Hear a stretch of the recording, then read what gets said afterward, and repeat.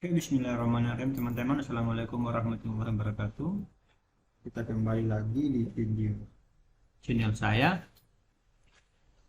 Kita langsung saja seperti yang teman-teman lihat. Jadi kali ini kita coba membahas ya kisi-kisi yang sudah keluar tanggal 4, jadi beberapa hari yang lalu. Sudah keluar kisi-kisi atau materi pokok untuk soal seleksi kompetensi bidang SKB untuk CAT tahun 2024. Nah, jadi ada beberapa yang sudah saya bagikan, itu beberapa materi ya, khusus untuk materi penyuluh pertanian, dan kisi-kisi juga yang saya bagikan di kolom deskripsi beberapa video saya itu untuk kisi-kisi tahun 2021. Nah, setelah kisi-kisi tahun 2024 ini keluar, saya coba lihat lagi, ternyata memang tidak beda jauh dengan kisi-kisi tahun 2021 untuk jabatan penyuluh pertanian ya. Untuk jabatan lain silahkan teman-teman sesuaikan, karena saya alumni atau saya dulu formasinya penyuluh pertanian. Saya bahas dulu untuk penyuluh pertanian. Jadi untuk teman-teman yang mengambil formasi penyuluh pertanian itu, kalau kita lihat kisi-kisi tahun 2021 dengan tahun 2024 itu bisa dibilang sama lah, karena sebenarnya kalau kita mau lihat dasar materi pokok dari suatu jabatan itu sebenarnya diambil dari tugas pokok suatu jabatan. Nah, kalau kita mau lihat jabatan penyuluh pertanian itu kan tugas pokoknya tidak pernah berubah ya. Yang utamanya itu melakukan kegiatan penyuluhan. Nah, makanya kalau kita lihat kisi-kisi tahun 2021 sampai dengan tahun 2024 ini, itu kisi-kisinya semua sama saja untuk materi pokoknya. Nah, mungkin ada tambahan-tambahan sedikit di materi umum, tapi substansi untuk materi khususnya itu sama semua. Jadi bagaimana seorang penyuluh itu melakukan kegiatan penyuluhan, atau kerjanya seorang penyuluh itu seperti apa, mulai dari tahap awal sampai dengan tahap akhir atau tahap evaluasi dalam suatu rangkaian kegiatan penyuluhan pertanian. Oke teman-teman, kita lihat di sini saya sudah search untuk jabatan formasi penyuluh pertanian. Jadi ada dia terbagi.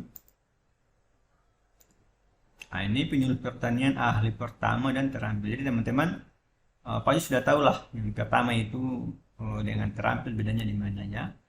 Yang saya ingatkan lagi bahwa yang terampil itu dan ahli itu bedanya di kualifikasi pendidikan, di mana ahli pertama itu dia kualifikasi pendidikannya itu S1 atau D4, sedangkan terampil itu dia SNLTA kalau tidak salah ya, D3 ya, sudah lupa tuh, tapi perbedaannya itu di situ. Nah, saya dulu waktu SKB ambil karena saya S1 jadi penyuluh pertanian ahli pertama.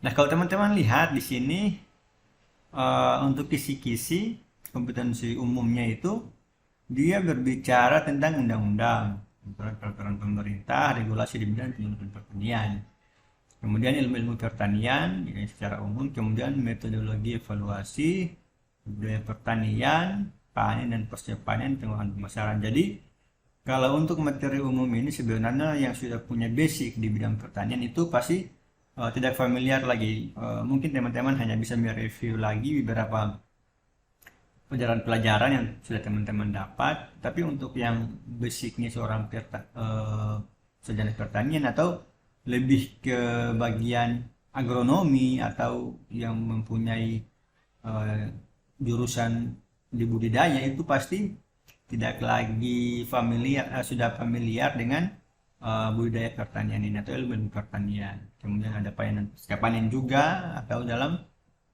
pengolahan sampai dengan pemasaran. Kemudian materi umum yang ketiga itu dia berbicara tentang akses informasi dan teknologi. Ini sudah lebih modern, berbicara tentang akses informasi dan teknologi. Kemudian kelembagaan keuangan ini berkaitan dengan KUR atau kredit usaha rakyat. Teman-teman silahkan pelajari saja. Kemudian ada alat dan mesin pertanian dan sarana produksi. Ini teman-teman pelajari saja, tapi tidak usah terlalu fokus karena ini hanya materi-materi umum. Nah, sedangkan kalau teman-teman lihat di kompetensi khusus, ini ada yang namanya potensi wilayah, penyusunan programa, penyusunan rencana kerja penyuluh atau RKTP, atau penyusunan rencana kerja penyuluh, atau ini nanti biasanya itu masuk dalam RKTP. Kemudian ada materi, metode, media, ini bisa satu paket, dan evaluasi penyuluh pertanian, kelembagaan petani, kelembagaan ekonomi petani, dan kelembagaan penyuluhan. Nah, coba kita lihat teman-teman untuk materi pokok tahun 2021 ya, karena saya tidak dapat untuk tahun 2022 dan 2023, karena kalau tidak salah periode itu tidak ada tes SKB penyuluh pertanian, kira-kira seperti itu. Nah, ini teman-teman, kalau kita lihat materi pokok tahun 2021 itu dia berbicara tentang regulasi atau kebijakan penyuluh pertanian. Nah, di tahun 2024 juga ada ini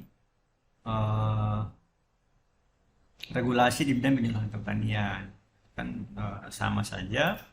Kemudian dia tidak membagi materi khusus kemudian materi umum, tapi yang tahun 2021 itu dia lebih bicara secara keseluruhan. Nah, ada yang berbicara tentang pertanian secara umum, juga tadi ada. Kalau kita lihat pertanian secara umum, dia masuk di kategori ilmu pertanian, kemudian metodologi tidak terlalu atau ilmu pertanian, kemudian budidaya, panen, pasca panen, pengolahan, itu kan masuk di secara umum, komponen umum. Sedangkan di tahun 2021 itu dia hanya menjelaskan saja pertanian secara umum. Nah, kemudian ada juga program penyuluh pertanian, materi, metode, evaluasi, kelembagaan, ketenagaan.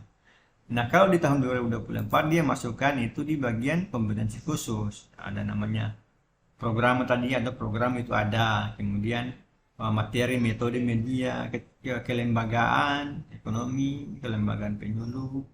Nah, jadi secara umum kalau saya mau tafsirkan bahwa materi pokok tahun 2021 dengan 2024 itu sebenarnya sama saja. Ada mungkin perbedaan tambahan sedikit saja di bagian materi umum maupun di materi khusus juga sedikit, tapi intinya itu sama. Nah, kita lihat teman-teman untuk materi pokok tahun 2024 ini, kalau di video-video yang sudah saya buat itu ada semua, hampir semua ini sudah masuk di video yang saya buat, terutama yang materi-materi khususnya. Materi-materi khusus, karena yang saya buat video-video soal-soal saya itu beranjak dari materi-materi khusus yang dimana semuanya itu tertuang pada regulasi yang berhubungan dengan kinerja atau yang berhubungan dengan kerja penyuluh pertanian, tugas pokok penyuluh pertanian. Misalnya teman-teman, kita lihat sebelumnya dulu kita flashback dulu, saya sudah pernah buat juga materi-materi untuk tes P3K. Nah, kalau teman-teman mau pelajari silahkan, karena sama saja sebenarnya isinya. Yang membedakan P3K dengan CPNS itu hanya nama formasinya saja, ASN P3K dan ASN PNS. Itu saja sebenarnya yang membedakan. Tetapi dalam hal kerjanya di lapangan itu sebenarnya sama saja. Seorang P3K itu melakukan kegiatan penyusunan program, seorang penyuluh PNS juga melakukan penyusunan program. Semua kegiatan-kegiatan yang berhubungan penyuluh itu dilakukan oleh penyuluh P3K maupun penyuluh PNS atau ASN akan dilakukan oleh penyuluh PNS. Jadi sama saja. Nah, di antara soal-soal yang sudah saya buat itu, teman-teman nanti bisa cek saja di video-video saya sebelumnya, itu ada tentang ini metode penyuluhan pertanian. Nah, itu sudah ada teman-teman video yang saya buat. Dulu saya bikin itu untuk tes P3K, tetapi sama dengan kisi-kisi yang ada sekarang. Kemudian ada, kalau teman-teman lihat juga di sini, programa itu sudah ada. Ini kalau tidak salah 2 part saya buat. Kemudian materi dan media itu juga sudah ada. Silakan teman-teman share saja. Kemudian ada juga kelembagaan. Nah, itu jadi apa yang keluar di kisi-kisi tahun 2024 ini itu sudah pernah saya buatkan juga soal-soalnya. Nah, untuk soal-soal yang terbaru, kalau teman-teman lihat di sini di SKB tahun 2024 itu ada saya buat tentang kelembagaan, sudah ada. Jadi silahkan teman-teman lihat lagi video-video saya kalau mau pelajari soal-soal dari P3K yang saya buat. Tapi kalau mau direkomendasikan, saya sangat merekomendasikan untuk teman-teman pelajari lagi. karena sebenarnya isinya itu sama saja. Nah, adapun untuk bahan belajarnya teman-teman, di sini saya sudah eh, carikan beberapa referensi yang yang ini memang sudah menjadi langganan setiap tahun itu pasti keluar materi-materi, misalnya penyusunan program, kemudian materi metode kelembagaan itu semua sudah tertuang dalam sebuah regulasi yang dijadikan sebagai acuan seorang penyuluh untuk melaksanakan kegiatannya. Nah, di sini teman-teman bisa lihat ada yang berhubungan dengan metode penyuluhan. Teman-teman bisa share saja itu Peraturan Menteri Pertanian Nomor 52 Tahun 2009. Itu berbicara tentang metode penyuluhan pertanian. Silahkan teman-teman pelajari karena semua yang berhubungan dengan metode itu semua masuk di sini. Mulai dari teknik komunikasi, jumlah sasaran, ini kan metode penyuluhan pertanian. Dan dari atas teknik komunikasi. Pokoknya teman-teman silahkan pelajari dulu. Waktu saya tes juga, ini yang menjadi bahan saya untuk belajar. Dan alhamdulillah itu hasilnya sangat bagus. Saya sangat merekomendasikan teman-teman untuk belajar ini. Kemudian teman-teman bisa share lagi tentang Peraturan Menteri Pertanian Nomor 91 Tahun 2013. Itu berbicara tentang pedoman evaluasi kinerja penyuluh pertanian, sebagaimana yang tertuang di kisi-kisi atau materi pokok itu dia berbicara juga tentang evaluasi penyuluhan pertanian. Nah, kemudian teman-teman cari lagi, ada di sini Peraturan Menteri Pertanian Nomor 67 Tahun 2016 tentang pembinaan kelembagaan petani. Nah, ini berhubungan dengan kelembagaan yang ada juga di kisi-kisinya, kelembagaan petani, ada kelembagaan ekonomi petani dan kelembagaan penyuluhan. Jadi teman-teman cari lagi kelembagaan ekonomi petani seperti apa, tetapi kalau yang sudah ada di regulasi secara umum yaitu kelembagaan petani ini, kelembagaan ekonomi petani memang dia dijelaskan juga tapi tidak mendetail. Tapi silahkan teman-teman pelajari, teman-teman sis lagi materi-materi. Kemudian teman-teman lihat lagi ada Peraturan Menteri Nomor 47 Tahun 2016. Itu dia berbicara tentang pedoman penyusunan program penyuluhan pertanian. Nah, di sini sesuai dengan visi ada penyusunan program. Nah, ini merupakan soal langganan teman-teman. Setiap tahun pasti yang namanya program, kelembagaan, metode itu pasti ada karena memang inilah yang dikerjakan oleh seorang penyuluh. Nah, kemudian teman-teman lihat juga bisa di sini Peraturan Presiden ya, Peraturan Presiden Nomor 87 Tahun 2003 tentang pelaksanaan Peraturan Presiden Nomor 35 Tahun 2022 itu tentang penguatan fungsi penyuluhan pertanian. Nah, jadi di sini juga dia berbicara tentang beberapa hal tentang mekanisme kerja dari seorang penyuluh pertanian itu. Sebenarnya hampir sama saja dengan yang sebelumnya peraturan menteri, tapi ini dia diatur dalam Peraturan Presiden. Silahkan teman-teman pelajari lagi. Jadi hubungan di sini dia berbicara tentang hubungan kerja, kemudian perencanaan kegiatan penyuluhan dari tingkat pusat sampai dengan tingkat kabupaten kota. Jadi ini merupakan beberapa referensi yang bisa teman-teman pelajari. Nanti saya coba rangkum semua yang sudah ada di saya, yang saya jadikan sebagai bahan untuk membuat soal-soal. Akan saya teman-teman silahkan cek saja di kolom deskripsi, nanti akan saya share linknya di situ untuk teman-teman bisa download sebagai bahan pembelajaran. Nah, jadi silahkan teman-teman lihat lagi untuk kisi-kisinya ini. Penyuluh pertanian ahli pertama dan penyuluh pertanian terampil. Sebenarnya apa sih yang membedakan antara penyuluh pertanian pertama dan terampil? Kalau mau dilihat sebenarnya itu, kalau lebih spesifiknya itu di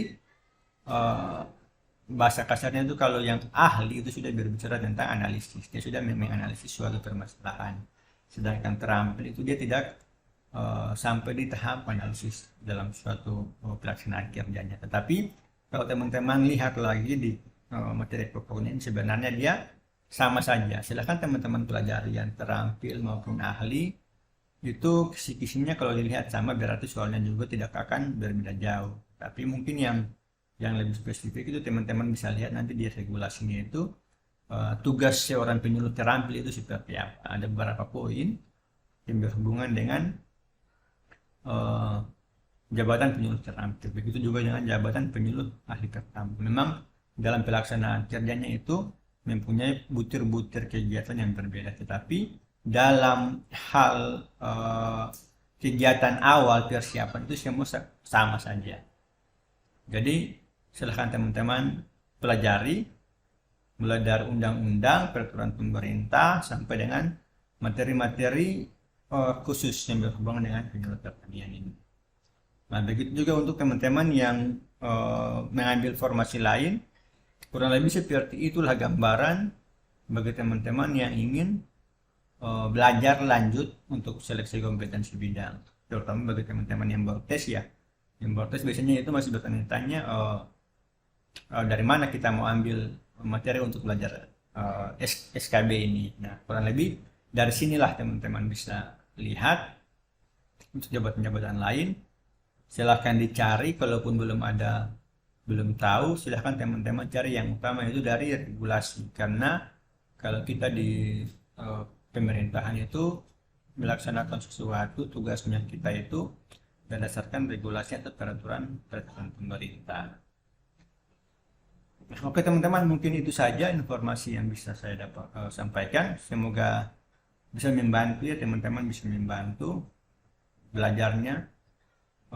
Masih ada waktu yang cukup lama untuk belajar, silahkan dimaksimalkan. Semoga bisa lolos lah tahun ini, amin, mendapatkan hasil yang terbaik. Oke, semoga bermanfaat teman-teman, kurang dan lebihnya mohon maaf. Assalamualaikum warahmatullahi wabarakatuh.